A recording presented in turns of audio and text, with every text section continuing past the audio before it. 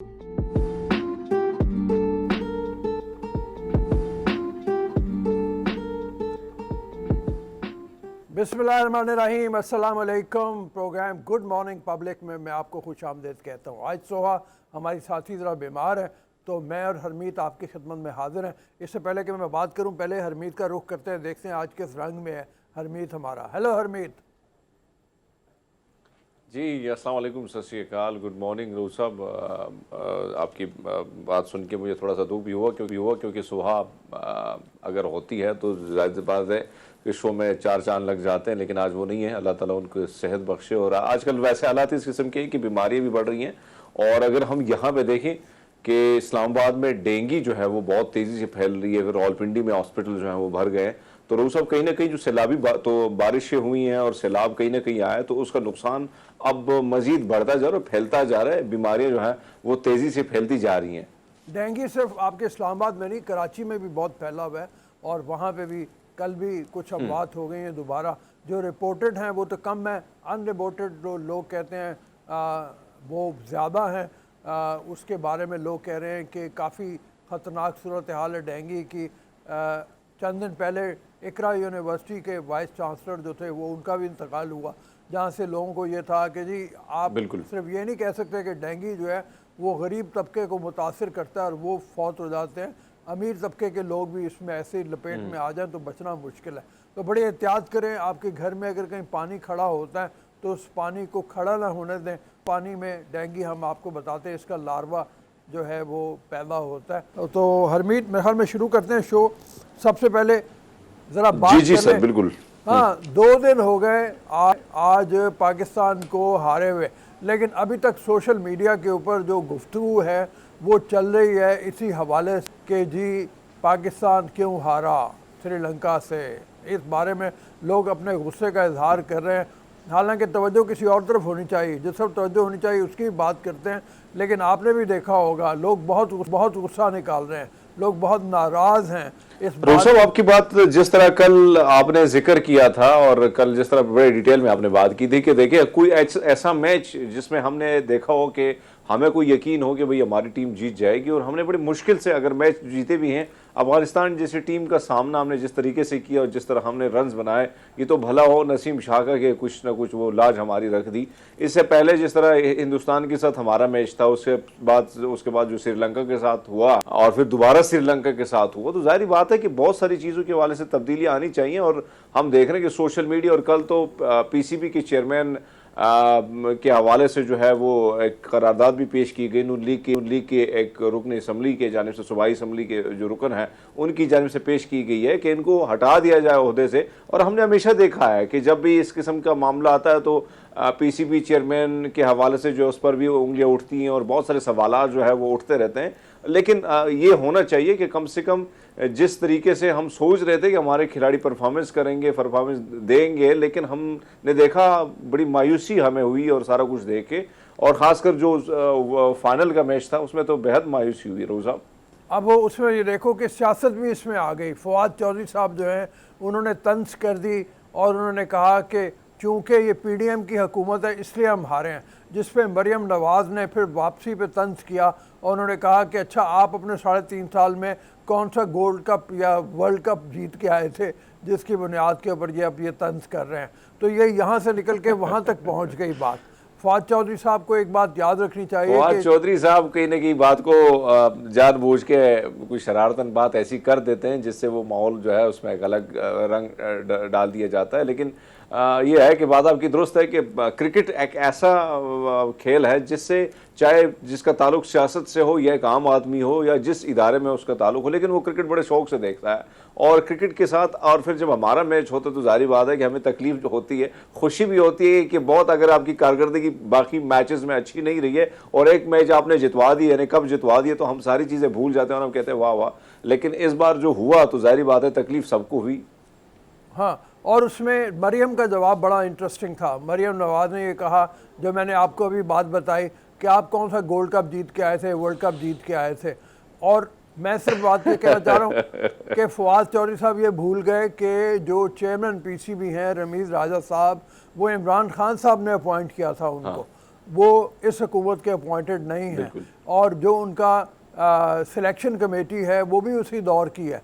तो मतलब ये तंज करना बनता नहीं था, कोई मौका हाथ से जाने नहीं देते पीटीआई वाले के ऐसे मौके पे बिला जवाब भी तनकीद कर रहा हूँ। खैर थोड़ा सा ज़रा आगे चलते हैं। कल इमरान खान की स्टेटमेंट फिर बड़ी कंट्रोवर्शियल सी आई हैं।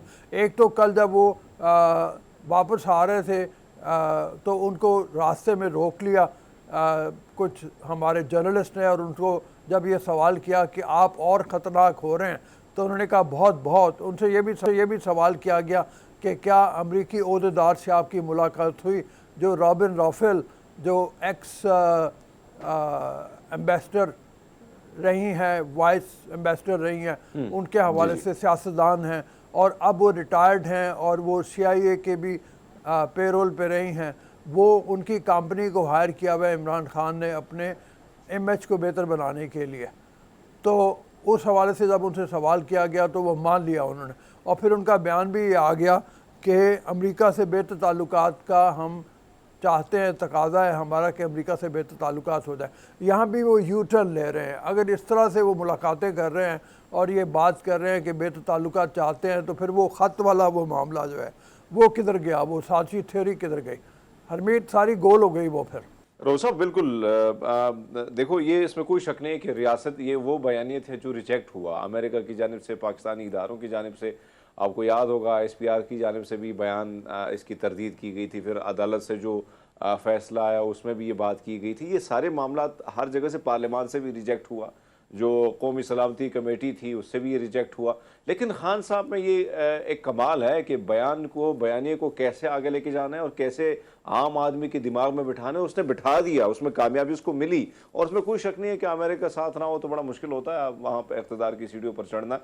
तो अब कहीं ना कहीं रास्ता तो अपने लिए खोलना पड़ेगा, और कहीं ना कहीं इशारे कल के बयान से हम देख रहे हैं कि कहीं ना कहीं बहुत सारे इशारे खान साहब को पॉजिटिव मिल रहे हैं। रोज़ साहब, आपने कल उनका जो नया बयान आया है कि नया आर्मी चीफ जो है वो नई हुकूमत लगाएगी, ये आर्मी चीफ को की जो है वो मुद्दत मुलाजमत में तौसीक करनी चाहिए। तो इस किस्म की चीज़ें हमें लग रहा है कि कहीं ना कहीं दरवाजे खुल रहे हैं। और आरिफ अलवी साहब की जो मुलाकातें हो रही हैं बैकडोर पे बहुत सारी इस्टेब्लिशमेंट के साथ या दीगर PTI के रहनुमाओं की, तो कहीं ना कहीं पॉजिटिव रिस्पॉन्स आ रहा है। और शेख रशीद साहब ने भी कल वाज़े तौर पर कहा है कि मुख्तलिफ हलकों से पॉजिटिव खबरें आ रही हैं, बहुत जल्द हालात जो है वो बेहतर होंगे। तो हालात कहीं ना कहीं बेहतरी की तरफ जा रहे हैं। नूर साहब, PTI के लिए आपके ख्याल में PTI के लिए बेहतरी की तरफ जा रहे हैं या वैसे मुल्क के लिए? दोनों चीज़ें देख सकते हैं हम। ये हमने इस हवाले से बात भी करनी है। थोड़ी देर बाद हमारे साथ हमारे एनालिस्ट मौजूद होंगे, उनसे चल के बात करेंगे। मेरे ख्याल में मैं आज के रन डाउन की तरफ बात कर लूँ। आज हमने सबसे पहले डेली डोज के बाद जब चलना है तो फिर हमने इसी हवाले से बात करनी है। इमरान खान साहब ने कल ये कहा कि मुझे कंपेयर ना किया जाए नवाज शरीफ और अल्ताफ़ हुसैन के साथ, और फिर वो जो बातें हुई उन्होंने आर्मी चीफ के हवाले से, इस हवाले से बात करेंगे हम। मुल्क भर में डेंगू का मरज़ अब बहुत ज़्यादा बढ़ चढ़ के आगे आ रहा है, इस हवाले से भी बात करेंगे। एवेटार 2 जो फिल्म बनाई थी जेम्स कैमरॉन की, बड़ा उसे तहलका मचाया था, इस फिल्म का ट्रेलर हमने आपको दिखाना है। कोशिश वेलफेयर फाउंडेशन जो कोशिश कर रही है इस वक्त सैलाब ज़दगान के लिए, उसके CEO हमारे साथ मौजूद होंगे, उनसे आपकी बात करवाएंगे। पाकिस्तान में IT को प्रमोट करने के लिए इदारा एक है, वो किस तरह से काम कर रहा है, उसके भी CEO हमारे साथ होंगे, उनसे बात करवाएंगे। और फिर सबसे आखिर में शाकिर शुजा आबादी, इनके एक शागिर्द हैं, शायर हैं, उनसे हम आपकी मुलाकात करवाएंगे। हम चलते हैं डेली डोज की तरफ। ये जनाब पहली डेली डोज की खबर मेरे पास हरमीत है कि बैक वक्त आपने सुना होगा कि 2 हाथों से कोई काम कर ले, 2 हाथों से कोई पेंटिंग बना ले, 2 हाथों से कोई लिख ले। लेकिन ये एक पेंटर ऐसी हैं जो हाथों और पैरों दोनों की मदद से बैक वक्त 6 पेंटिंग्स बना सकती हैं। ये आपको हैरत हो रही होगी, मैं भी बड़ा परेशान हुआ था सुन के। ये देखो, 2 हाथों से 4 और 2 पैरों से 2, और पोर्ट्रेट बनाना भी इनका कमाल है। 16 बरस पहले इन्होंने ये काम शुरू किया। बड़ा मुश्किल काम है, मैं तो खुद हैरान हो रहा हूँ देख के, वीडियो भी देख के कि एक तो आपका ध्यान जो होता है, अगर आप पेंट बना रहे, कोई पेंटिंग कर रहे, तो आपका ध्यान एक तरफ होता है, और एक हाथ से जब आप काम करते हो तो ध्यान ज़्यादा फोकस जो आपका है उस साइड पे होता है। लेकिन यहाँ पे चार चार पेंटिंग बनाना तो बड़ा मुश्किल काम है भाई, और बड़ा फोकस करना सबसे बड़ा मुश्किल काम है कि चारों के चारों तरफ आप फोकस करें कि कहाँ कौन सी तस्वीर बनानी है, कौन सी पेंट करनी है, कहाँ क्या करना है। तो ये बहुत मुश्किल काम है रू साहब, वैसे कमाल है ऐसे लोग। हाँ, मतलब आप हैरान तो क्या परेशान हो जाते हैं। देखो ना, चार तो चलो, लेकिन पैरों की मदद से दो और बनाना वो भी बड़ी हैरत की बात है, और फिर हाथों की मदद से चार बनाना तो बिल्कुल वर्ता हैरत में जिसको कहते हैं ना, डाल दी है। मतलब वो 16 बरस हो गए इसको भाई लेकिन काम करते हुए, 16 बरस इस तरीके से ये काम करते हुए 16 हो गए। बरस। हाँ, मतलब ये है कि लेकिन मैं मुश्किल काम है, बहुत मुश्किल काम है, लेकिन इसके लिए बहुत प्रैक्टिस उन्होंने की होगी और जाहिर बात है। लेकिन राव साहब यहाँ पे फिर बात वही आती है, जब आप कोई काम करते हैं या किसी तरफ आप, लेकिन वो आप अगर चारों तरफ आप फोकस कर रहे हैं तो इससे और बड़ी बात क्या हो सकती है कि एक अच्छे दिमाग की मालिक है वो, कि कहीं ना कहीं ध्यान उसका भटक नहीं रहा है और ध्यान चारों तरफ जा रहा है और अपना काम वो कमाल से कर रही है।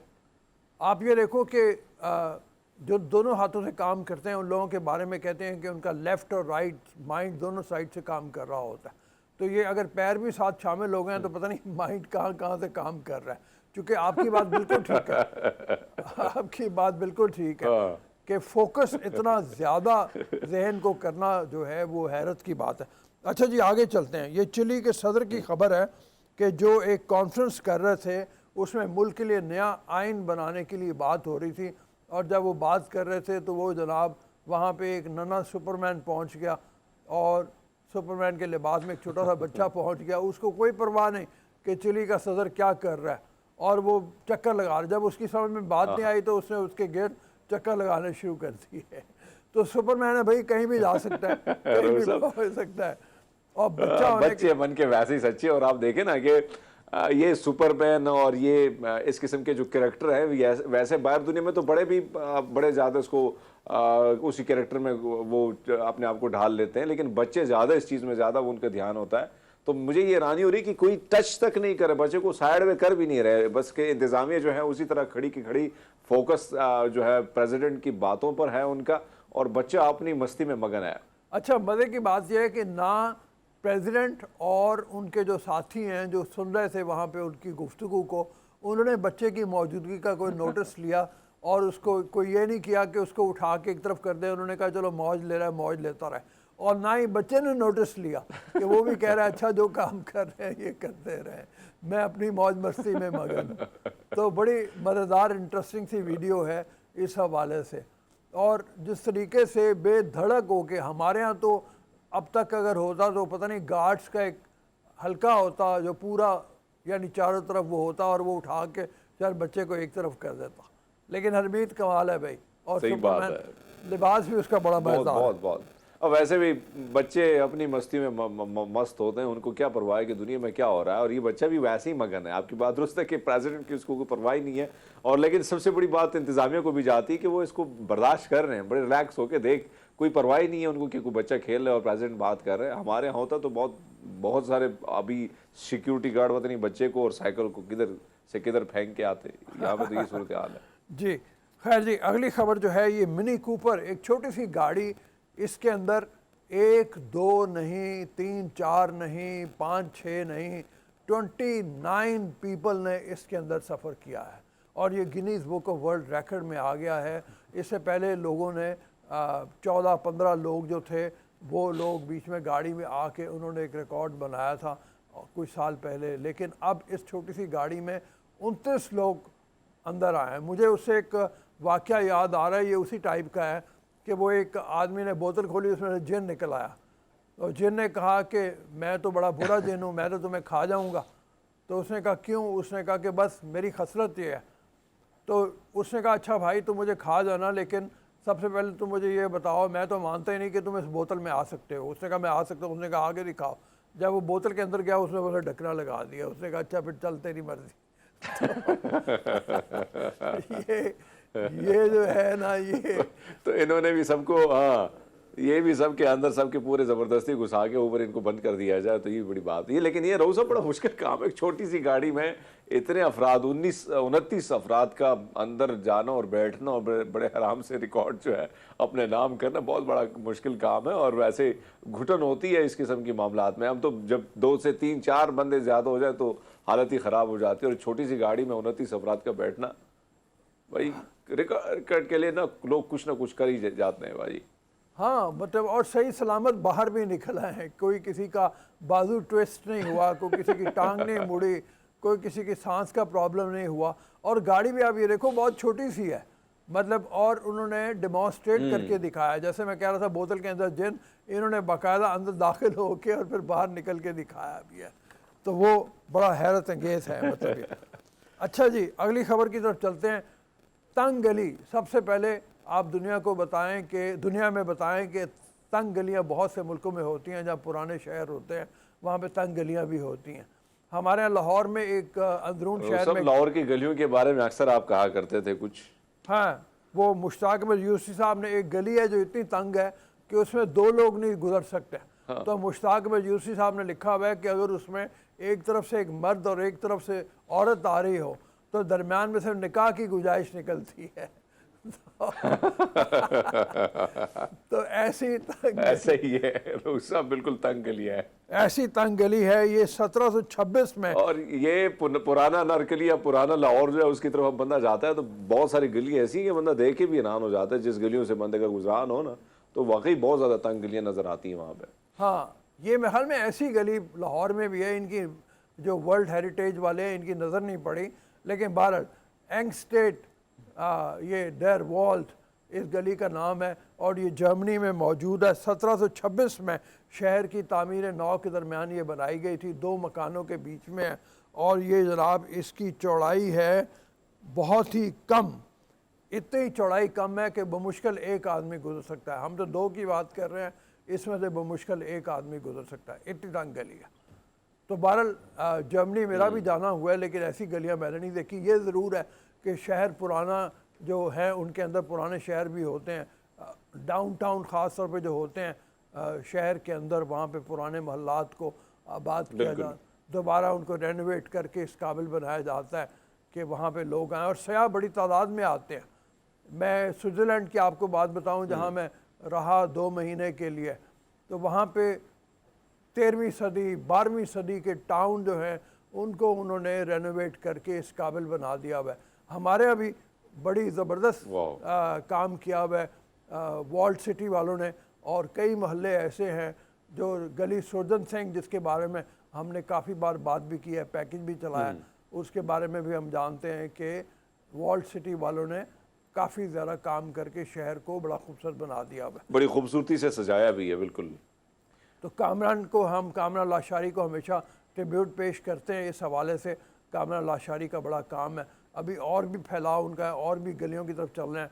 अभी लाल किला जो है हमारा, उसमें अगर लोग जाएं या इन गलियों की तरफ जाएं तो आपको पुराने ज़माने के लिबास में जो मुग़ल पीरियड था या अंग्रेज़ों का पीरियड था, उसमें जो कोतवाल होते थे, सिपाही होते थे, उनके मलबूसात में मलबूस लोग नज़र आ जाएंगे। तो ये जनाब हमारा डेली डोज था। बिल्कुल, आपको ऐसा फील होता है कि कहीं ना कहीं मैं उसी ज़माने में आ गया। पहले ऐसा नहीं था, लेकिन अब हम लाहौर के किले में जब जाते हैं तो जब दाखिल होते हैं तो कहीं ना कहीं वो मुगलिया दौर के वो सारे गेटअप्स जो है, वो सारे कैरेक्टर जो है वो आपको नज़र आते हैं और बड़े मज़े के होते हैं और लोग उनके साथ तस्वीरें खींचते हैं। बल्कि मुझे मैं जब गया तो मैं उससे पहले 2-3 दफ़ा गया, लेकिन लास्ट बार गया था तो मैं भी देख के हैरान हुआ कि भाई पाजी बहुत कुछ बदल चुका है और बहुत काम हो चुका है। इसमें कोई शक नहीं कि कामरान लाशारी साहब ने बहुत ज़्यादा काम किया लाहौर के, और अब भी बहुत सारे ऐसे इलाके जो जिस पे वो काम कर रहे हैं। तो मेरे ख्याल में एक अच्छी बात है कि टूरिस्ट जो हैं ज़्यादा अट्रैक्ट होंगे उस साइड पे, और लाहौर वैसे भी लाहौर की खूबसूरती तो वही इलाका है ना। हाँ, कमाल है। हरमीत, हम चलते हैं ब्रेक की तरफ, वापस आएंगे। हमने बात करनी है इमरान खान साहब के बयानात के हवाले से, ख़ास तौर पे उन्होंने आर्मी चीफ की तकर्री के हवाले से जो एक दोबारा मुतनाज़ बयान दिया है जिसने झगड़ा खड़ा कर दिया है, उस हवाले से बात करेंगे एक छोटी सी ब्रेक के बाद। इजाज़त दीजिए ब्रेक के लिए।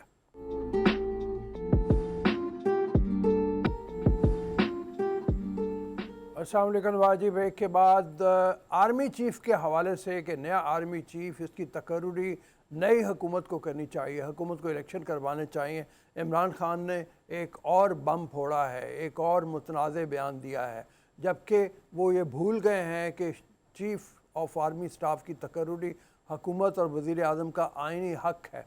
वो जिसको चाहें उनको नाम भिजवाए जाते हैं, उस हवाले से वो मुंतखब करता है कि किसको उसने आर्मी चीफ़ लगाना है। इमरान खान साहब इस तरह के बयान क्यों दे रहे हैं, क्यों एक मुतनाज़ बना रहे हैं एक मसले को? इस हवाले से चल के बात करते हैं। इफ्तिखार अहमद साहब सीनियर तजियाकार हैं, हमारे दोस्त हैं, हमारे साथ मौजूद हैं। अस्सलाम वालेकुम इफ्तिखार। वालेकुम सलाम। इफ्तिखार साहब अस्सलाम वालेकुम। वालेकुम सलाम। इफ्तिखार साहब को आवाज़ नहीं जा रही अभी। इफ्तिखार साहब अस्सलाम वालेकुम। वालेकुम सलाम रऊफ, आपको मेरी आवाज़ आ रही है? जी अब आ रही है बिल्कुल। ये मैं यही जानना चाह रहा था कि सवाल आपने सुन लिया होगा मेरा कि आर्मी चीफ़ के मसले पे इमरान खान साहब क्यों तनाज़ा खड़ा करना चाहते हैं, जबकि आइनी हक़ है वज़ीर आज़म का। वो बार बार कभी कहते हैं कि मुहिब वतन नहीं होगा जिसको पता नहीं लगाएंगे नहीं लगाएंगे, कभी कुछ बयान देते हैं, अब कहते हैं एक्सटेंशन दे दो। ये क्या करना चाह रहे हैं वो? देखिए, सिंपल सी बात है, अना का मसला है, ईगो का मसला है, जिद का मसला है, बस ये बात है और कुछ भी नहीं। ये चीफ ऑफ आर्मी स्टाफ की तैनाती में इतनी दिलचस्पी क्यों ले रहे हैं? चीफ ऑफ जो अपना जो है सुप्रीम कोर्ट का जो चीफ जज है, उसकी तैनाती के बारे में मैंने तो नहीं इनसे सुना कि वो किस अंदाज में होनी चाहिए, उसमें क्या तब्दीली होनी चाहिए। 18वीं तरमीम में जो तरीक़ाकार का तयन किया गया था, उसको दबाव में आके जो बदला गया, उसके बारे में तो कोई बात ही नहीं करता। ये बात नहीं करते कि गवर्नेंस किस नौइयत की होनी चाहिए। मौजूदा जो गवर्नेंस का ढांचा है, ये कोलैप्स कर गया from a chief secretary to a PN. इसके बारे में तो 4.25 साल हुक्मरानी यहाँ पे की, 9 साल से हुक्मरानी वहाँ पे कर रहे हैं सूबे में। कभी बात नहीं की कि इसको बेहतर कैसे करना है। कि क्या वजह है कि सिर्फ एक शख्स के लिए, एक फर्द को खुश रखने के लिए, जिस फर्द ने इनकी मदद की हुई है मुख्तलिफ मामलात में, बाज़ औक़ात ऐसी मदद की हुई है जो आइन में या रूल्स में या प्रोसीजर में नहीं लिखी हुई थी, तो एक शख्स की खातिर सारी पॉलिटिक्स करना चाहते हैं, इनकी मर्जी है। लेकिन आप वाली बात कि it is a constitutional decision, constitution में जो इख्तियार जिसके पास है उसी को इस्तेमाल करना है। हाँ, लेकिन ये एक अच्छा इफ्तिखार साहब, अगर हम देखें इससे कबल भी जो बयानात हैं आपके सामने, और इमरान खान साहब कहा करते थे कि मैं लुटेरों और डाकुओं के साथ बैठने को तैयार नहीं हूँ।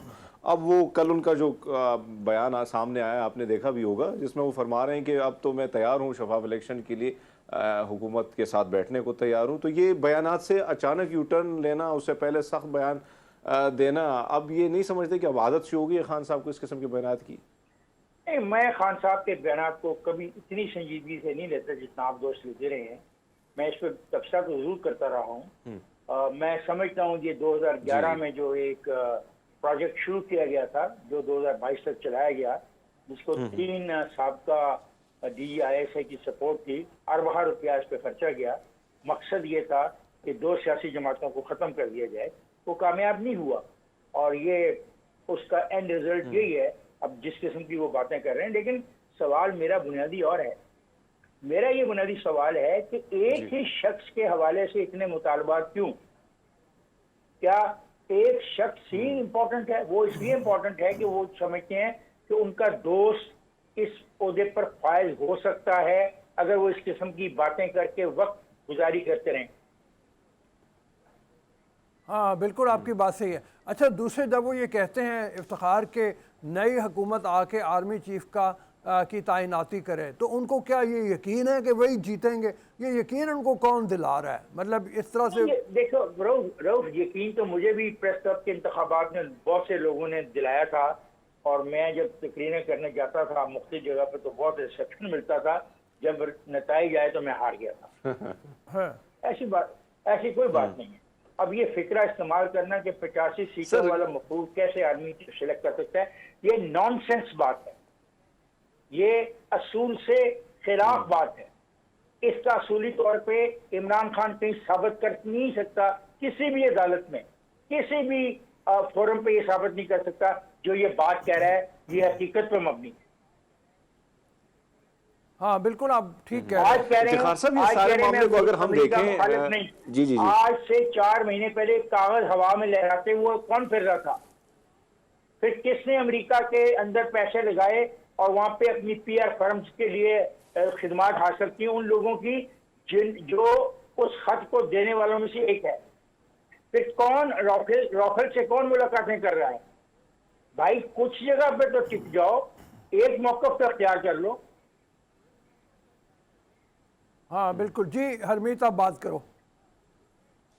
जी जी, इफ्तिखार साहब, अगर हम देखें ये माइनस, जिस तरह आप देख रहे हैं कि मामला जो है कहीं ना कहीं सेटलमेंट की तरफ जा रहे हैं। शेख रशीद साहब ने भी कल बयान दिया था कि मुक़तदर हलकों के साथ जो है राब्ते मजबूत हो चुके हैं, अब जल्द जो है वहाँ से खुशखबरी आएगी, मामला बेहतरी की तरफ जा रहे हैं। सर, आपको नहीं लगता ये -1 का जो फार्मूला था या बयान था, इसको ये शोशा बना के खास करके हमने देखा कि पीटीआई की जानिब से ज़्यादा छोड़ा गया। बिल्कुल, इफ्तिखार ये कह रहे हैं कि मैं हर किस्म के -1 का मुखालिफ हूँ और उसकी वजूहात बिल्कुल क्लियर हैं कि आपने पहले भी तजर्बे करके देख लिए हैं -1 के। उसके कोई let the parliament decide, let the people of Pakistan decide, let the system produce a person who can deliver the goods. Why -1 -2? और फिर मैं दोबारा ये बात करूंगा, ये एक ही शख्स के आर्मी चीफ की तैनाती के हवाले से ये सारा हंगामा क्यों है? इस मुल्क में तो बहुत सारे लोग ऐसे हैं जिनकी परफॉर्मेंस किसी काम की नहीं है, वो डिलीवर नहीं कर पा रहे और हम देख रहे हैं और पाकिस्तान की अवाम भुगत रही है, उनके बारे में क्यों नहीं बात होती? हाँ, वहाँ पे आके शायद मतलब कोई मसलियत आ जाती है सामने हमारे। नहीं यार, एक चीफ सेक्रेटरी चारों सूबों के काम नहीं कर रहे तो उसमें कौन सी मसलियत है यार? चारों सूबों के आईजी परफॉर्म नहीं कर रहे, कत्ल, डाके, जना, चोरियां, लूटमार हो जाए तो उसको किसने चेंज करना है? चले मैं मान लेता हूँ, मैं समझ गया हूँ आपका इशारा जिधर है, चले आप उनको मत छेने, आपकी अगर इतनी जरूरत नहीं है, लेकिन बाकी मामला में क्या करना है? यानी कि गवर्नेंस तबाह होगी इस मुल्क की कि आपका अपना शहर लाहौर जहां आप रहते हैं, मुझे बताएं किसी एक महल्ले में जो कानून की किताबों में लिखा हुआ है कि ये महल्ले में इन कवानीन का इतलाक होगा, किसी एक महल्ले में किसी कानून का इतलाक हो रहा है? जवाब है नहीं। अगर नहीं हो रहा तो फिर वहां का कमिश्नर, डिप्टी कमिश्नर और उस इलाके का एसी और उस इलाके के मजिस्ट्रेट क्या कर रहे हैं? Are they not answerable? The only one person is answerable and that is chief of the army staff, because Imran नहीं पसंद करता उसको। हाँ, लेकिन यह है कि इफ्तिखार वो जो इस वक्त के आर्मी चीफ हैं उनके हवाले से भी अब जो बात उन्होंने की कि उनको एक्सटेंशन दे दी जाए, ये भी यूट्यूब नहीं है। पहले कुछ और बात कर रहे थे, अब वो इस तरफ को आ गए हैं। और एक्सटेंशन भी कितनी दी जाए? सिर्फ उतनी मुद्दत तक के लिए जितनी देर इमरान खान साहब मुंतखब होके नहीं आ जाते। और फिर आपकी बात बिल्कुल ठीक है कि वो एक ख़ास शख्स को दोबारा आर्मी चीफ नहीं लगा रहे थे जो उनके ख्याल में शायद बेहतरीन होगा। यार रऊफ साहब, मैं एक छोटी सी बात कहूँगा आपको, बाकी दोस्त में मेरी बात तो सुन रहे हैं। इस हद तक तो गलत बातें की जा रही हैं और गैर जिम्मेदारी के सबूत दिया जा रहा है। गुजरांवाले में कहा गया, देखा ये सब भाग गए इलेक्शन से, MNS के इस्तीफे मंजूर कर लिए गए, ये मेरा मुकाबला नहीं करना चाहते। अदालत ने कहा, भाई हमने सारे PTI के MNS के इस्तीफों की मंजूरी के बारे में बात नहीं की, हमने तो उसके बारे में बात की कराची वाले के जो हमारे पास आया। तो परसों जो झूठ गुजरांवाले में बोला, आज वो एक्सपोर्ट हो गया। मैं एक शख्स रोज एक घर से नया झूठ लेके आता है, उस झूठ के ऊपर डट जाता है और उसके चाहने वाले नौजवान जो बेचारे अभी समझते नहीं है तो उसके पीछे तालियां बजा रहे होते हैं। बिल्कुल जी हरमीत। अच्छा सर, जी जी इफ्तिखार साहब, इस बयान के बाद हमने देखा है कि आर्मी चीफ के इस बयान के बाद फवाद चौधरी साहब ने भी एक बयान दिया है कि अब उन्होंने एक तैयारी पकड़ ली है वापसी की पार्लियामेंट की जानिब। तो आपको नहीं लगता कि अब मामलात, क्योंकि कोई मामलात इस तरह बयान हो चुके हैं कि अब पार्लियामेंट वापसी आपको मेरी आवाज आ रही है? हाँ बिल्कुल बिल्कुल आ रही है। जी आ रही है। मैं बिलीव करता हूँ डेमोक्रेसी में, मैं बिलीव करता हूँ वोट में। ठीक है, पार्लियामेंट में तशरीफ लाए, उनका हक है। किसी ने रोका नहीं हुआ। वो पार्लियामेंट में आके एक नया खेल करना चाहते हैं। जब वो पार्लियामेंट में आएंगे, पहला फसाद वो ये करेंगे कि जी अब हम में से लीडर ऑफ द अपोजिशन चुना जाए। हम राजा रियाज को अपोजिशन लीडर नहीं मानते, नंबर एक। इस पे लंबी बहस होगी, तकारीर होगी, मुख्तलिफ शहरों में रात को बिजली के बल्ब जलाए जाएंगे और म्यूजिक इस्तेमाल किया जाएगा। फिर ये कहा जाएगा कि अगर इलेक्शन होने हैं तो आईनी तौर पे मुझसे मशावरत की जाए, और वो मशावरत इतनी लंबी कर दी जाएगी कि उसका हल कोई ना निकले और मामला फिर अदालतों तक चला जाए। आप उनको गालिबन समझे नहीं हैं, आप उनकी सियासत को गौर से देख नहीं रहे हैं। वो सिर्फ कंफ्यूजन फैलाने और ला यकीनी सूरत पैदा करने की हर मुमकिन कोशिश कर रहा है। अब मुझे बताएं, वो आटे की बोरियों की तस्वीर जो अक़वाम मुत्तहिदा के सेक्रेटरी को 400-500 ट्वीट की गई, वो क्या था? बिल्कुल क्या ठीक है, मैसेज दिया जा रहा था? बिल्कुल ठीक है इफ्तिखार, थैंक यू वेरी मेहरबानी, बहुत शुक्रिया हमारे साथ रहने के लिए। जो बात है कि असल में तमाम मामला ये है तहरीक इंसाफ का और इमरान खान साहब का कि मुल्क में कन्फ्यूजन फैलाई जाए, और उस हवाले से अभी जो लेटेस्ट वो था कि आटे की बोरी UK8 के नाम से पुरानी लेके तस्वीर उसको ट्वीट किया जाए और वो पहुंचाया जाए एंटोनियो गोइतरास तक, जो सेक्रेटरी जनरल अक़वाम मुत्तहिदा के पाकिस्तान को एड ना मिले। ये इतना हद तक ख़तरनाक काम है जिसकी कोई हद नहीं। अभी खैर हम एक ब्रेक की तरफ चलते हैं, ब्रेक के बाद वापस आएंगे और हम अपने प्रोग्राम को जारी रखेंगे। इजाज़त दीजिए ब्रेक के लिए।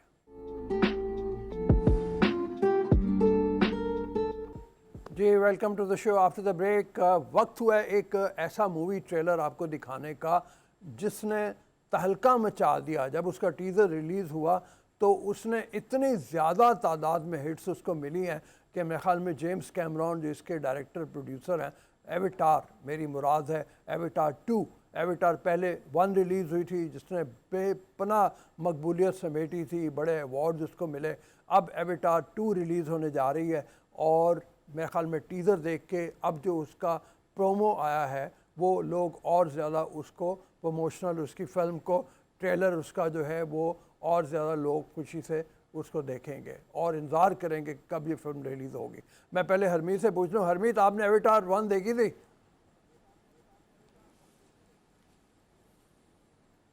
नहीं रोज साहब, मैं वैसे फिल्में बहुत कम अरसा हो देखता गया। वैसे कोई हिंदी कुछ मूवीज़ आई थी जो मैंने देखी थी, पर ये नहीं देखी ना। मैं अब क्या कहूँ, टाइम एक तो मिलता नहीं है, अगर मिल भी जाता है तो बड़े मुश्किल से कोई ना कोई मूवी जो सामने आ गई तो वही देख लेते हैं। ठीक है, ये बहरहाल फिल्म ऐसी है कि जिसको आपको ज़रूर देखना चाहिए। ऐसी कमाल इफ़ेक्ट्स हैं कि जिसकी कोई हद नहीं, और अच्छा। स्टोरी लाइन बड़ी ज़बरदस्त, मतलब ये पहली जो थी उसको देख के मैं कह सकता हूँ। तो जेम्स कैमरॉन बड़े ज़बरदस्त डायरेक्टर हैं और उनके यहाँ वैरायटी बहुत ज़्यादा है। कहाँ उन्होंने टर्मिनेटर 2 बनाई थी, लोग कहते रहे ये मार धाड़ वाली फिल्में से बना वाह। रहे होते हैं, फिर उन्होंने रोमांटिक फिल्में बनाई और अब ये एविटार के ऊपर फिर आ गए। एविटार 2 रिलीज़ होने जा रही है दिसंबर में। बहुत शिद्दत से शायकीन का इसका इंतज़ार है, और जैसे मैंने कहा एक तिलस्माती दुनिया है जिसका सफ़र जेम्स कैमरॉन आपको करवाएंगे।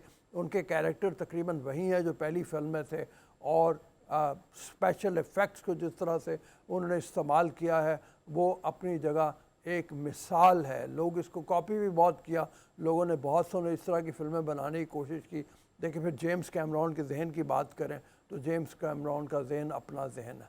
हम ज़रा चल के थोड़ी सी बात कर लें डेंगी की, आगे चलते हैं। डेंगी ने पूरे मुल्क में तहलका मचाया हुआ है। हमने शुरू में भी बात की थी, हरमीत ने भी कहा कि इस्लामाबाद में बहुत ज़्यादा फैला हुआ है, लेकिन मेरे पास जो खबर है उसके तहत सिंध, खैबर पख्तूनख्वा, पंजाब, हर सूबे में, बलूचिस्तान, और इसमें शिद्दत में इजाफ़ा हो रहा है। जो सैलान हैं बेचारे जो बैठे हुए हैं खुले पानियों के किनारे जहाँ पे सैलाब ने आफत मचाई है, वहाँ पे मच्छर पैदा हो रहा है। सिर्फ डेंगी नहीं बल्कि मलेरिया में भी बहुत इजाफ़ा हुआ है और भी बहुत से अमराज हैं, लेकिन डेंगी ऐसा खौफनाक मरज़ है कि जिसकी वजह से अमवात हो रही हैं, वार्ड्स भरे हुए हैं, और अभी तक एक दिन में 125 से ज़ायद केसेस ऐसे हैं जो डेंगी के रिपोर्ट हुए हैं। हरमीत, बहुत खौफनाक इसकी सूरत हाल बढ़नी है। रोसा बड़ी तेज़ी से हम देख रहे हैं कि केसेस बढ़ते जा रहे हैं, और मेरे अपने जो मॉर्निंग शो के हमारे साबिर हमारे साथ होते हैं, कोऑर्डिनेटर है मेरे, तो वो भी बहुत ज़्यादा शदीद बीमार हैं, वो उनको भी डेंगू हुए, उनके टेस्ट वगैरह हुए हैं तो वो भी डेंगू का शिकार हुए हैं। इस तरह रावलपिंडी के बहुत सारे हॉस्पिटल जो हैं, होली फैमिली को अगर हम देखें, बेनज़ीर भुट्टो साहिबा के नाम से जो मुंसलिक है हॉस्पिटल, शहीद बेनज़ीर भुट्टो हॉस्पिटल, वहाँ पे भी जो है वो बहुत ज़्यादा वार्ड जो हैं वो भरे पड़े हैं। इस तरह इस्लामाबाद में अगर हम देखें तो यहाँ पे भी सूरत हाल कुछ इस किस्म की है।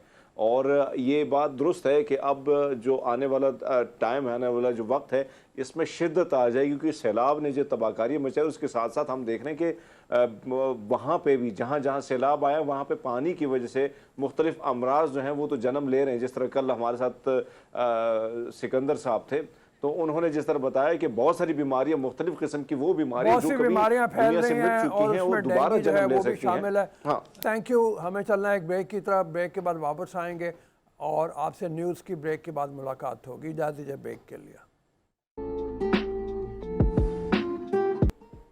जी अस्सलाम वालेकुम जी। ब्रेक के बाद इकबाल मंज साहब हमारे साथ मौजूद हैं, जो बुनियादी तौर पे कोशिश वेलफेयर ट्रस्ट के बानी हैं। इस हवाले से इनसे मैंने बात की, मैंने कहा कि आप सीईओ हैं, तो कहने लगे नहीं हम उर्दू में बिलीव नहीं करते। तो ये बड़ी इनकसारी है, इनका बड़ापन है। लेकिन बुनियादी तौर पे 12-13 साल पहले इन्होंने अपने इस ट्रस्ट को शुरू किया था, जिसका बुनियादी तौर पे मकसद ये था कि गरीब जो बस्तियों के लोग हैं, जहाँ पे आम आदमी की रसाई, आम NGOs की रसाई नहीं होती, वहाँ तक उन लोगों को बुनियादी सहूलियात फराहम की जाए। लेकिन अभी इनका काम फोकस किया हुआ है जनूबी पंजाब के उन इलाकों में जहाँ पे सैलाब आया और सैलाब की वजह से बड़ी तबाहकारियाँ हुई हैं। वो तबाहकारियाँ किस नौइयत की हैं, इनका काम पहले किस नौइयत का, उस हवाले से इनसे चल के बात करते हैं। अस्सलाम वालेकुम जी। वालेकुम सलाम sir, thank you very much. अच्छा, सबसे पहले तो ज़रा थोड़ा सा मुख्तसरन ये बता दीजिए ताकि लोगों को पता चले आपके ट्रस्ट के हवाले से, जब आपने शुरू किया था तो उस वक्त क्या जज्बा था, क्या सोच के शुरू किया था? सर बुनियादी तौर पर बड़े बड़े शहरों में तो ट्रस्ट और अदारे बन जाते हैं, तो हमारा फोकस था कि हम रिमोट एरियाज़ में, कस्बे जो गाँव हैं उस तरफ जाया जाए। तो ये 13 साल पहले अल्हम्दुलिल्लाह हमने शुरू किया। हम सब मेम्बरान मिल के ये टीम वर्क के तौर पर काम कर रहे हैं। रायविंड में इसकी बुनियाद रखी, फिर कसूर सिटी में और इस तरह मुस्तफ़ाबाद में हमारी 5 सर एम्बुलेंस सर्विसेज जो हैं वो 24 घंटे गरीबों यतीमों को बिल्कुल फ्री सर्विस दे रही हैं। सिटी के अंदर भी हदूद फ्री है। और इसी तरह हमारे 9 फिल्ट्रेशन प्लांट हैं साहबा इकराम रज़ी अल्लाह ताला अन्हुम के नाम पे। 2 लाइब्रेरीज़ हैं ताकि मुस्तफ़ीद हों तलबा और जो दूसरे लोग हैं। इसी तरह हम मुख्तलिफ जब भी कोई इस किस्म का कोई, जैसे कोरोना के दिनों में हमने पूरा 1 माह सफ़ेद पोश घरानों को ढूंढ के उनके घरों में राशन 1 माह तक देते रहे। हम पूरा ये काम किया। रमज़ान राशन बड़ा प्रोजेक्ट होता है हमारा, इसलिए इस तरह फिर कसूर में सर हम ओल्ड एज होम और यतीम खाना इकट्ठा हम बना रहे हैं। एक हमारा जो सबसे बड़ा प्रोजेक्ट है वो तकरीबन प्रोसेस इंशाल्लाह जल्दी उसकी तामीर शुरू हो जाएगी। जगह ख़रीद ली गई है, 4 दीवारी, और वह सारा सिलसिला कर लिया गया है। इसके अलावा सर हर माह हम जो है वो यतीम गरीब बच्चियों की 8 से 10 बच्चियों की शादियाँ करते हैं और लोगों को छतें और कारोबार छोटे लेवल के इस किस्म के काम हम करते हैं। लेकिन अभी जैसे ये सैलाब का ये जो इम्तहान उतरा है, तो उसमें हम फिर हमारा जो मेम्बरान है मुसलसल वहाँ पर जनूबी पंजाब में काम कर रहे हैं। ठीक है, जनूबी पंजाब की तरफ सूरत हाल सबसे पहले बताइएगा। आम आदमी को शायद अंदाज़ा नहीं है कि तबाही कितनी ज़्यादा हुई है, कितने ज़्यादा वसी पैमाने पे लोग परेशान हैं, कितनी ज़्यादा कम सहूलियात हैं वहाँ पे। इस हवाले से बताइए ज़रा। आप जनूबी पंजाब में शायद हम अंदाज़ा नहीं कर सकते, लफ्ज़ों में बयान नहीं कर सकते उनके दुख और दर्द को। यानी ये तो हमें पता है कि उनके घर बह गए, मवेशी बह गए, लेकिन ये दर्द उनकी आंखों में हम देख के सुन ही नहीं पाते या हौसला ही नहीं है। जब पहले फेज़ में हम आए हैं तो मैं मतलब हल्फन कहता हूँ रात 4 बजे तक रोता रहा, मुझे नींद नहीं आई। यानी किसी का बेटा बह गया है, किसी का बाप नहीं मिल रहा, उसकी लाश नहीं मिल रही, और किसी की वालदा जो है पानी में बह गई है। ये बहुत बड़ा दुख है। फिर उसके अलावा सर वहाँ पर पानी पीने के लिए नहीं है। वही हम चक हमदानी लास्ट टाइम जब हमने देखा खुद अपनी आंखों से, वो लोग कह रहे हैं हम यही सैलाब ही का पानी पी रहे हैं, हमारे पास वो भी सहूलत नहीं है। तो उन लोगों का दर्द बांटने की ज़रूरत है फौरी तौर पर। जो मैं वहाँ देख के आया हूँ सर, यानी खैमे आर्जी हैं या राशन वक्ती तौर पर आप दे देंगे, लेकिन उनका जो दुख और दर्द है, उसको वसेब का जो दुख है वो बांटने की अशद ज़रूरत है फौरी तौर पर। वहाँ पर हमने मुख्तलिफ़ ऐसी जगह पे मेडिकल कैंप्स लगाए हैं जहाँ पर पहले मेडिकल कैंप्स नहीं लगे थे। खड़े पानी में बीमारियाँ पैदा हो रही हैं, डेंगू का ख़तरा है, मलेरिया का ख़तरा है, इसके अलावा जल्दी अमराज वहाँ बढ़ रही हैं। तो मेरी हुकूमत से दरख्वास्त है कि वहाँ पर महकमा सेहत की वसातत से मुस्तकिल बुनियादों पर 6-6 माह के लिए मुख्तलिफ़ इलाकों में मेडिकल कैंप लगाए जाएँ और फ़ौरी तौर पर उनको जो शेल्टर है वो फ़राहम किया जाए और उनको बिला सूद कर्ज़े फ़ौरी तौर पर दिए जाएँ और उनको मवेशी तक, अगर उनके मवेशी भी बह गए, मैंने मतलब हम लास्ट टाइम एक घर में गए सर्वे करने, तो सर उन्होंने अपने बच्चों को और ख़ुद बाहर रखा हुआ था और मवेशियों को जो है अपने टूटे हुए कमरे में अंदर रखा हुआ था। उनका मवेशियों से ख़ास एक निस्बत है, उनसीयत है, तो उनको मवेशी लाइफ स्टॉक डिपार्टमेंट को इनएक्टिव करके तो उनको मवेशी भी फ्राहम किए जाएँ। फ़ौरी तौर पर रिहेबिलिटेशन की ज़रूरत है वहाँ। ठीक है, हमारे साथी इकबाल हमारे मंच साहब, साथी आपने हरमीत देखा हमारे साथ मौजूद कि है, जरा उससे चल के बात करते हैं। जी हरमीत। जी जी मंच साहब, हमने देखा कि बहुत सारे ऐसे इलाके जब सैलाब आया तो वहाँ पे पहुँचना बड़ा मुश्किल था। बहुत सारे लोग जो हैं वो भूख के मारे, बहुत सारे, कल एक रिपोर्ट में बीबीसी पे देख रहे हैं, एक माँ जो अपने बच्चे को दरख्त पे बैठी 16 घंटे और बच्चे की डेथ उसी की गोद में हो गई। तो इस किस्म के केसेस भी आए। आपने क्या देखा वहाँ के हालात किस किस्म के? क्योंकि बहुत सारे लोग, हम टीवी पे तो बात कर लें लेकिन अमली तौर पर जब वहाँ पे जाके किस किस्म, क्योंकि अभी जिस तरह बात की जा रही है कि 40 अरब डॉलर का खर्चा आएगा, घर टूटे हुए हैं, तबाही मची है। आपने क्या क्या देखा और कौन कौन से शहर जो हैं उजड़ गए हैं, कौन कौन से इलाके जो हैं वो मलियामेट हो चुके हैं?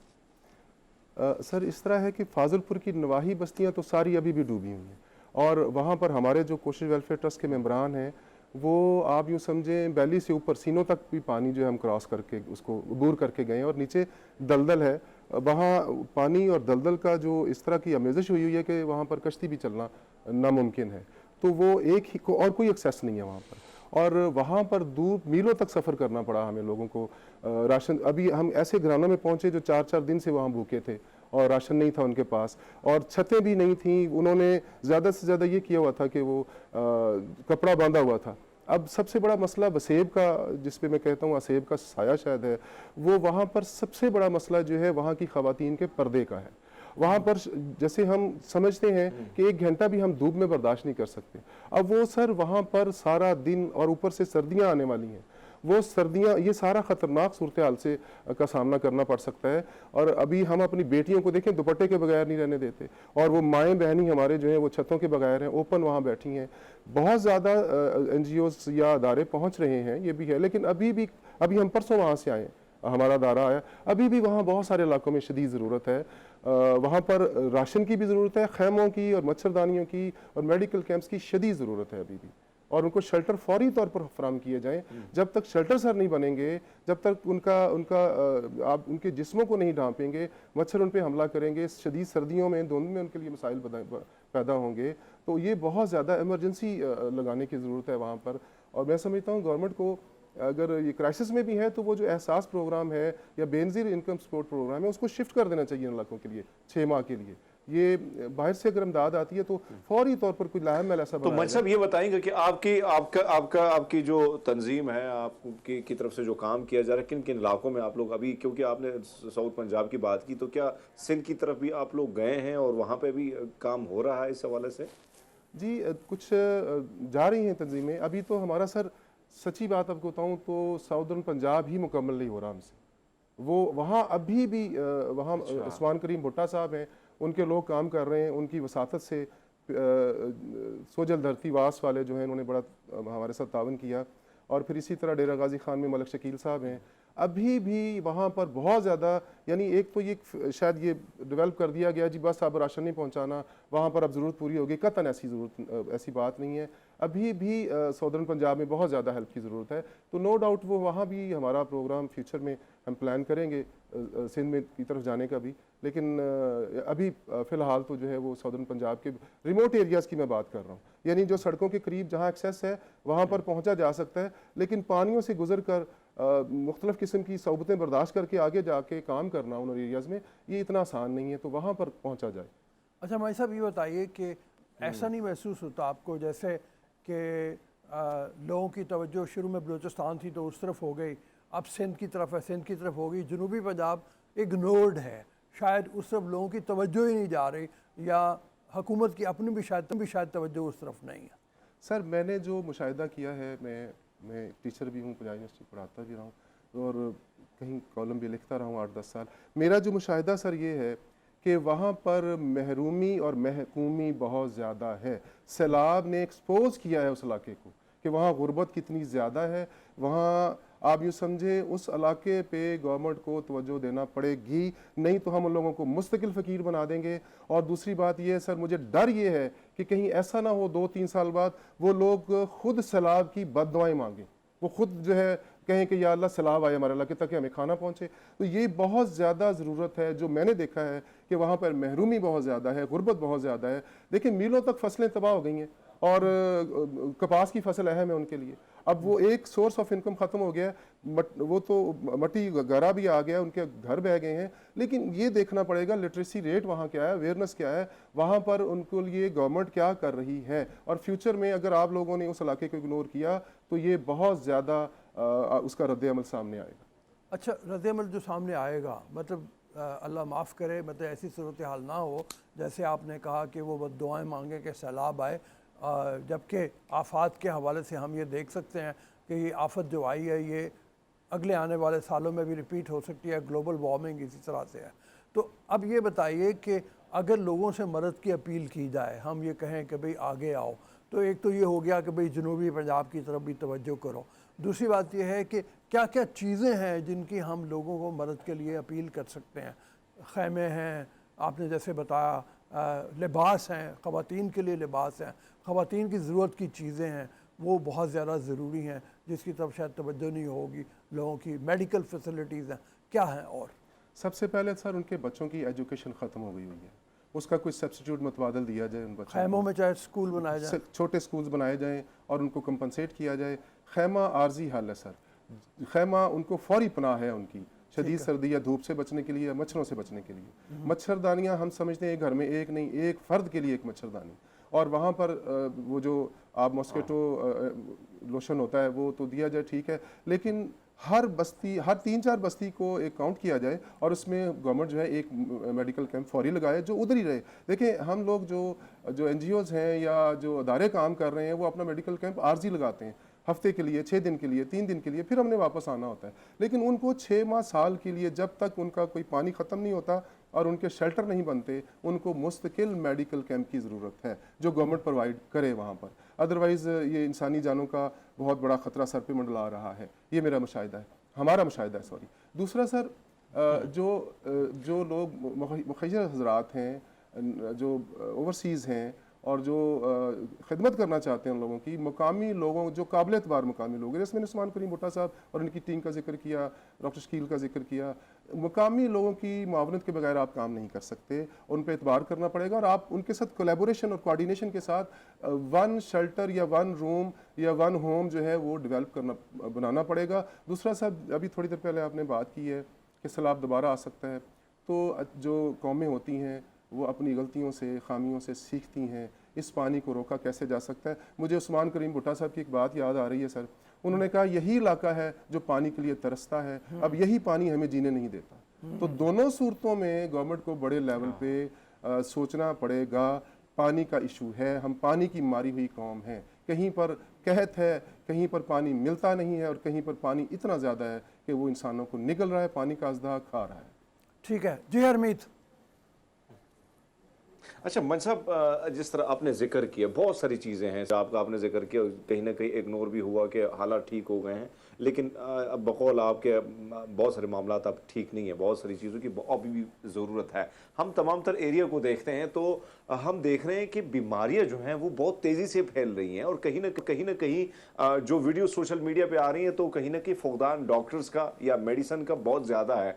उसके बारे में आपकी जो NGO है वो क्या काम करिए और आप क्या रिक्वेस्ट करना चाहेंगे, क्योंकि बहुत सारे ऐसे इलाके कि वहाँ तक पहुँचना भी बहुत मुश्किल हो चुका है, या तो रास्ते नहीं है या वहाँ पे लोग जो हैं या तोदे गिरे हुए हैं, इस किस्म के हालात हैं, तो पहुंचना भी बड़ा मुश्किल है। और टीमों को जब वहाँ पे पहुंचती है तो जाहिर बात है उतना टाइम उनके पास होता नहीं ताकि फिर मेडिसिन की खेप जो है उन तक पहुंचाई जा सके। उसके हवाले से आपका क्या कहना है?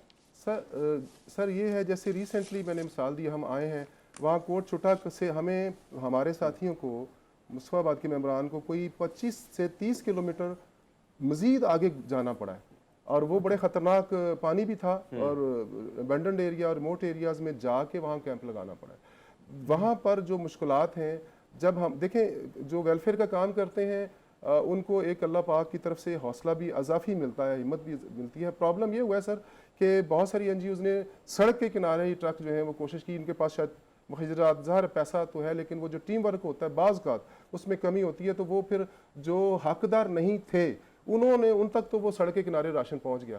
लेकिन जो सफ़ेद पोश है सर, जो गरीब जो फ़कीर नहीं थे, सफ़ेद पोश थे, जिन जो अल्लाह पे तवक्कल करके बैठे हुए थे, अभी भी वो बहुत सारे रिमोट एरियाज़ में वहाँ बैठे हुए हैं। तो जो मेडिकल कैंप्स हैं इनकी ज़्यादातर रिमोट एरियाज़ में ज़रूरत है। जो बड़े छोटे फाजिलपुर जैसे शहर है वहाँ पर कोई ना कोई मेडिकल कैंप ऑलरेडी लगा हुआ है, जैसे सोजल दर्ती वास्का लगा हुआ है।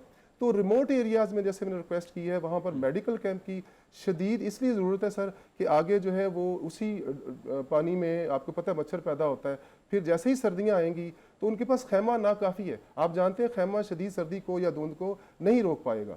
तो वहाँ पर जैसे ही हम शेल्टर बनाने की तरफ जाएंगे, वहाँ उससे भी ज़्यादा ज़रूरी है कि चंद मील के फासले पे उनको, या चंद किलोमीटर के फासले पे, या चंद फरलांग के फासले पे मुख्तलिफ बस्तियों को एक डाटा कलेक्ट किया जाए और उनके लिए एक मेडिकल कैंप मुस्तकिल वहाँ बना दिया जाए। और पंजाब हेल्थ डिपार्टमेंट इसके लिए मुआवनत कर सकता है और उनसे हम मुस्तफ़ीद हो सकते हैं। बड़ी मेहरबानी इकबाल भाई साहब, जनाब आपने बड़ी हिम्मत का काम किया है। अल्लाह ताला आपको इसी तरह से आपकी हिम्मत को जवान रखे, आप काम करते रहें। और जो जिस तरह से अपील इन्होंने की तमाम इदारों से, हुकूमत से, वहाँ पहुँचे जहाँ पे सफ़ेद पोश लोग मौजूद हैं। ये ज़रा थोड़ा सा रिमोट इलाका है, दूर दराज इलाके हैं, वहाँ पे लोगों को अभी तक वो इंतज़ार में बैठे हैं कि कोई आए और उनकी मदद करे। इसी अपील के साथ हम चलेंगे एक छोटी सी ब्रेक की तरफ। इजाज़त दीजिए ब्रेक के लिए।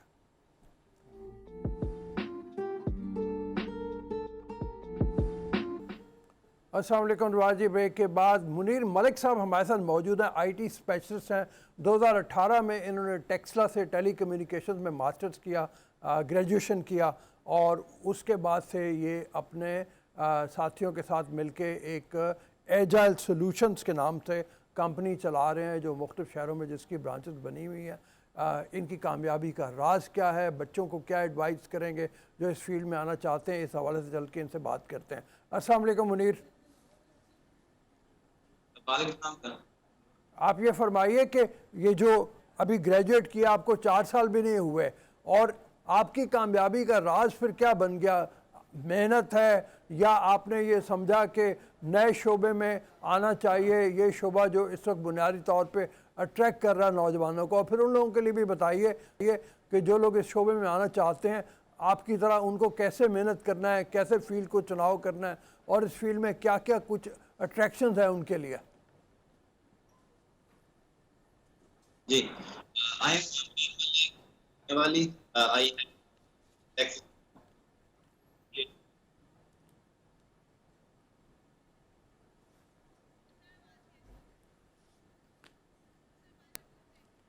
अच्छा हरमीत, ये जो शोबा है आप भी जानते हो कि आईटी का ऐसा शोबा है जो दुनिया जहान में इस वक्त बहुत तरक्की याफ्ता है, तरक्की पजीर है, और उस हवाले से इंडिया ने तो कमाल किया हुआ है। यानी इंडिया का पूरा एक उन्होंने हब ऐसा बनाया हुआ है जहाँ पे आईटी के एक्सपर्ट्स हैं, दुनिया जहान में छाए हुए हैं। दुनिया के बड़े बड़े जितने भी इदारे हैं उनमें इंडियन इंजीनियर्स हैं जो आके बैठे हुए हैं। इंडियन इंस्टीट्यूट ऑफ टेक्नोलॉजी के भी ग्रेजुएट जो हैं वो वहाँ पे जाके काम करते हैं।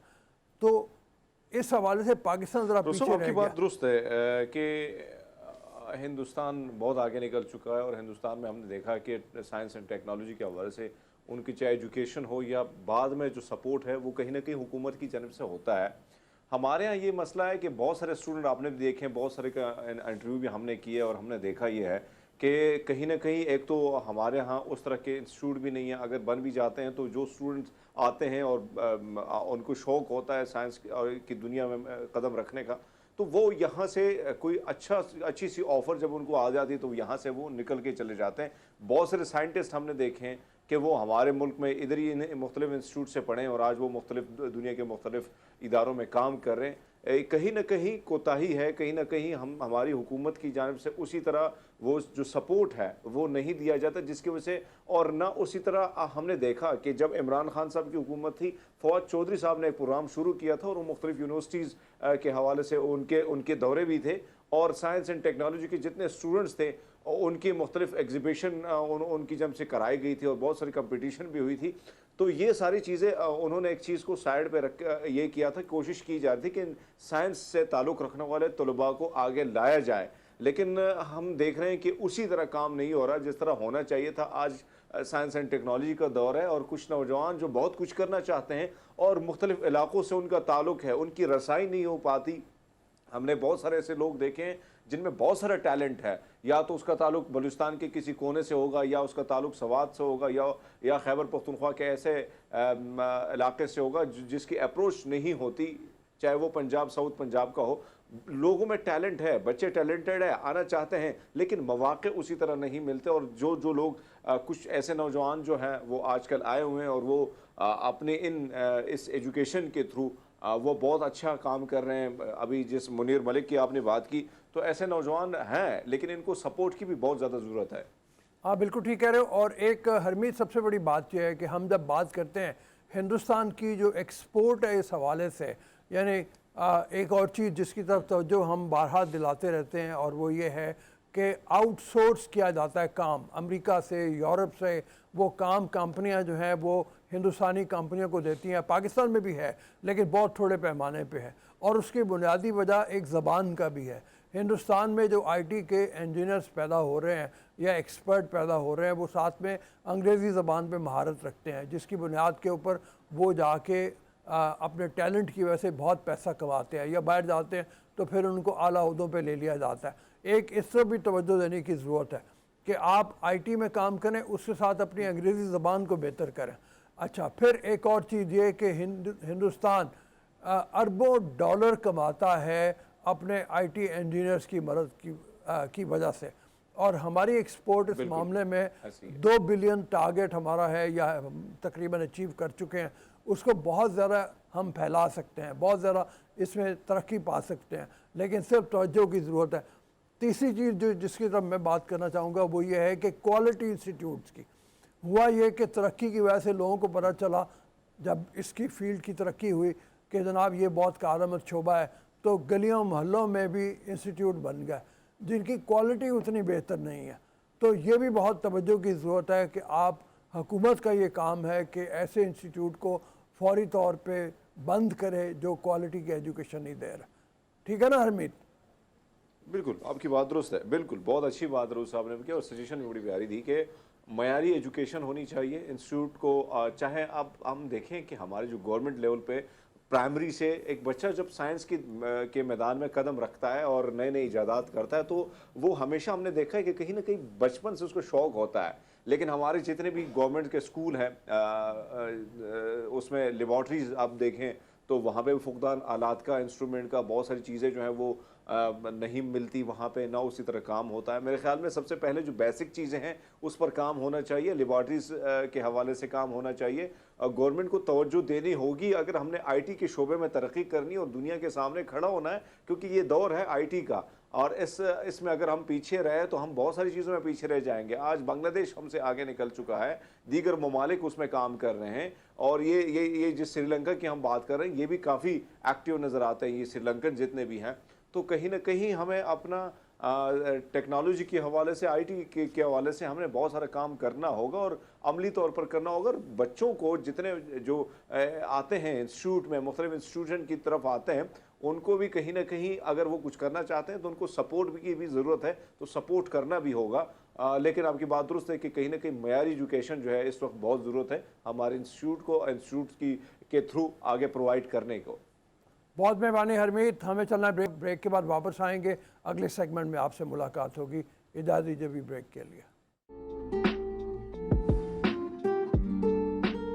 जी दोबारा जी ब्रेक के बाद सराइकी के मशहूर शायर शाकिर शुजा आबादी, उनके शागिर्द हैं मुनीर अहमद साहब हमारे साथ मौजूद हैं, जनूबी पंजाब से ताल्लुक़ है। इनसे पहले तो बात करेंगे, थोड़ा सा ज़रा जानना चाहेंगे सैलाब की सूरत हाल क्या है, और उसके बाद हमने इनसे शायरी भी सुननी है, और अगर हो सका तो एक गाना भी आपकी खिदमत में हम पेश करेंगे इनके तवज्जुह से। तो हरमीत ज़रा तारुफ़ करवा दें इनका और फिर हम बात को आगे बढ़ाते हैं। जी बिल्कुल रऊस साहब, मुनीर अहमद मुनीरन बलोच हमारे साथ हैं और शाकिर शुजा आबादी साहब के शागिर्द रह चुके हैं, और बहुत कुछ सीखा है उनसे। अभी हमारी गुफ्तगू भी इसी हवाले से हो रही थी। सर, एक तो रऊस साहब ने आपसे पूछा कि हालात क्या हैं, क्योंकि साउथ पंजाब में भी हम देख रहे हैं कि बहुत सारी तबाहकारी भी हुई, सैलाब के हवाले से थोड़ा सा आपसे जानना चाहेंगे, उसके बाद फिर शायर व शायरी पे भी आ जाते हैं। जी अल्हम्दुलिल्लाह, अल्लाह ताला का करम है। जलालपुर पीर वाला हमारा इलाका 4 दरियाओं के बिल्कुल साथ रह रहे हैं हम। दरिया सतलुज भी साथ है और चनाब, रावी और झेलम इसमें वो साथ 5 नद हेड पे मिल रहे हैं। आगे दरिया सिंध अकेला जा रहा है और उससे बहुत सारे नुकसान हुए हैं। हमारे सराइकी बेल्ट जो सराइकिस्तान का एरिया है जनूबी पंजाब का, वो बहुत तबाही हुई है। दरिया सिंध के पानी से बहुत तबाही हुई है।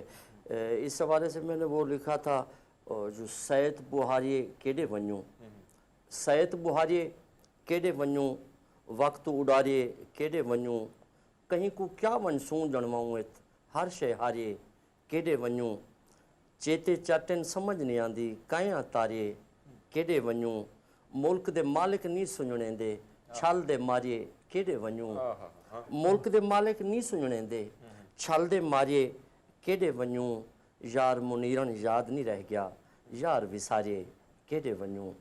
वाह वाह, बहुत अल्हम्दुलिल्लाह अच्छे। सारा इलाका बच गया, लेकिन सराइकिस्तान भी तो अपना है ना सही। पूरा सराइकी बेल्ट, डेरा लिया, तौसा, बखर, ये पासा सारा बुट गए। किरोड़ लाली सन सारे गरीब ਜਿਹੜੇ लोग लाविहार हैं उन्होंने तो बहु औखी गुजरान थी। हमारी दुआएं मुनीर साहब ये फरमाएं, जिस किस्म के हालात हैं। मुनीर साहब ये फरमाएं कि जी, बिस्मिल्लाह। सराइकी बेल्ट के जो लोग हैं वो एक अरसे से गिला करते हैं कि हमारा इलाका पीछे रह गया है। शाकिर शुजा आबादी साहब के कलाम में भी हमें ये बात नज़र आती है कि वो गिला करते हैं, वो शिकायत करते हैं। तो आपके यहाँ भी जब आप शायरी करते हैं ये गिला और शिकायत मौजूद है, उस हवाले से भी हमें कुछ सुनाइएगा। और शाकिर शुजाबादी साहब तो हमारी आंखों का ताज हैं। अल्हम्दुलिल्लाह मेरे उस्ताद मोहतरम सही शाकिर शुजाबादी साहब ने 3 बार सदारती अवार्ड लिया है और चौथी बार भी उनको ऑफ़र आई है, लेकिन उन्होंने एक और दोस्त को वो दिलवाई थी। बहरहाल मैं इस गज़ल में कोई 2 शेर हैं मेरे, आपको वो सराइकी बेल्ट की जो महरूमी हैं वो ज़रूर समझ आ जाएगी।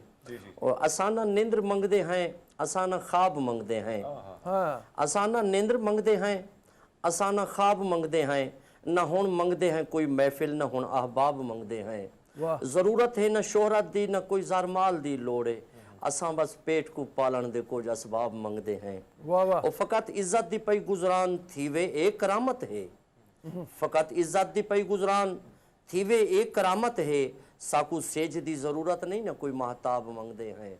और कोई मुखलिस जे तोहफ़ा मुखलिसी दा फर सगे देवे, न मोरे दी ज़रूरत है न कोई सुरखाब मंगदे हैं।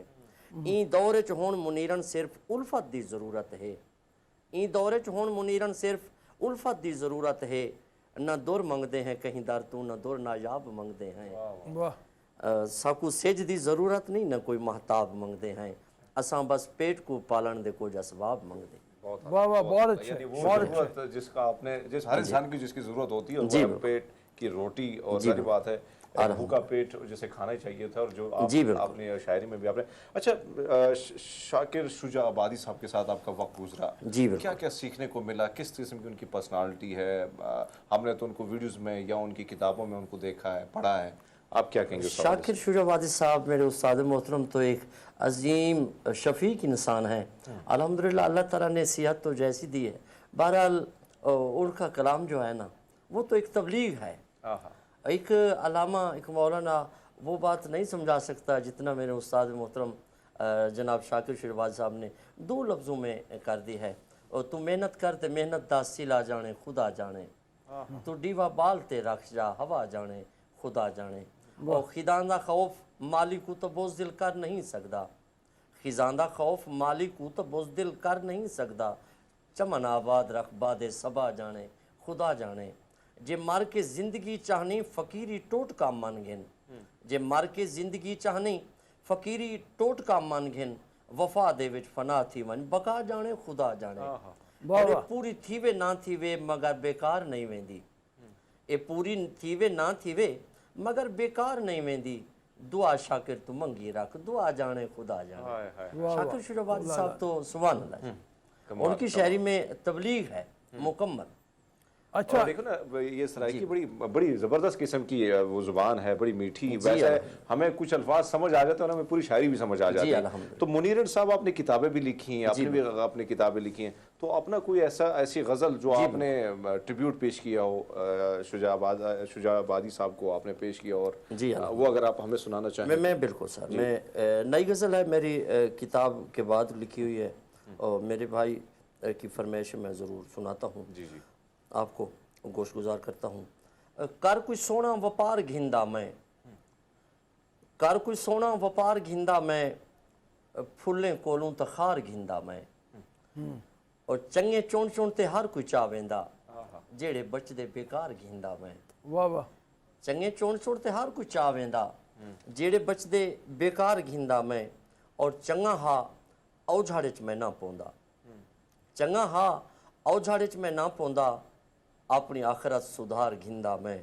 वाह। और वार जालिम न कोई कर सकदा, वार जालिम न कोई कर सकदा, साहजे सोने तो वार घिंदा मैं।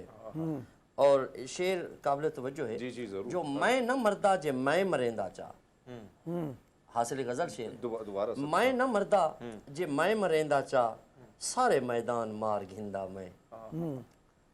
और जीत वेंदा जे जागदा जागते, यार दुश्मन नितार घिंदा मैं। और तार तारें दे नाल ला घिंदा, तार तारें दे नाल ला घिंदा, बे कई बुढ़दे को तार घिंदा मैं। वाह। और बेवपारा न कहीं तू कुछ घिंदा, कर मुनीरन वपार घिंदा मैं। और मैं आदर ना जो डे ते कहीं को जक न खावो, बे दी रोजी तक न खावो, करते खाओ लख यार मुनीरन, मारते कहीं दा हक न खाओ। बहुत अच्छा है रऊफ साहब, कमाल है, कमाल है। मुनीर साहब, ये फरमाएं कि शाकिर साहब जो हम जानते हैं एक बड़े दरवेश आदमी हैं, सादा ज़िंदगी उनकी रही सारी की सारी, तो यही दरवेशी उन्होंने आपको भी सिखाई, आपको भी ये पैगाम दिया कि यही है असल हकीकत। जी बिल्कुल बिल्कुल। मैं उनकी साथ काफ़ी अर्सा रहा हूँ, मैंने उनकी ड्राइवरी भी की है, मैं उनका शागिर्द भी हूँ और बेटा भी हूँ, और शागिर्द ख़ास में से हूँ। मैंने आप की बहुत खिदमत की है सही शाकिर शुजाबाद से, जैसे मेरे माँ बाप हैं, जैसे मेरे उस्ताद मोहतरम हैं।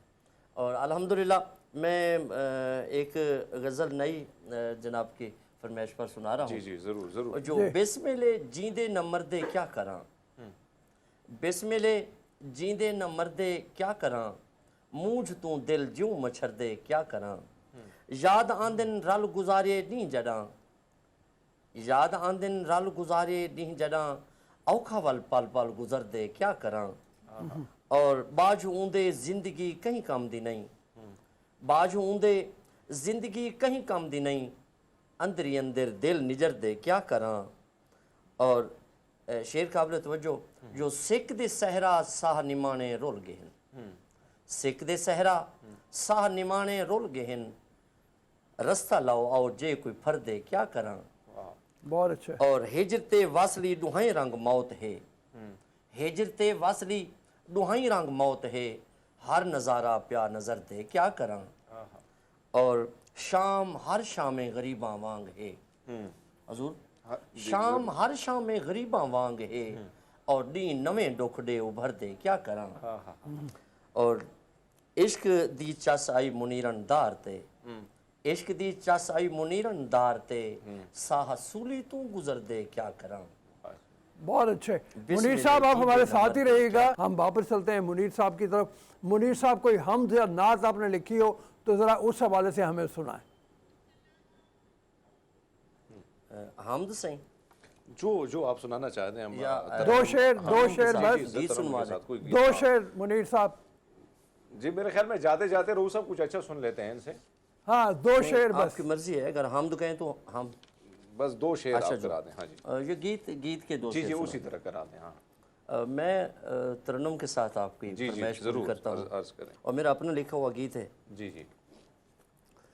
साडी ढोल मने दा चा, असां ईद मना खिंदे, साडी ढोल मने दा चा, असां ईद मना खिंदे, साकू मुंह दिखलेंदा चा असा ईद मना खिंदे।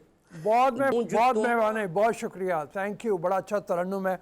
हमने पहले आपको इनकी शायरी सुनवाई, आप तरन्नुम के साथ सुनवाई। मुनीर अहमद साहब हमारे मेहमान थे। अभी हमारे प्रोग्राम का वक्त ख़त्म हो रहा है। इंशाअल्लाह ताला कल आपसे फिर मुलाकात होगी। अल्लाह हाफ़िज़।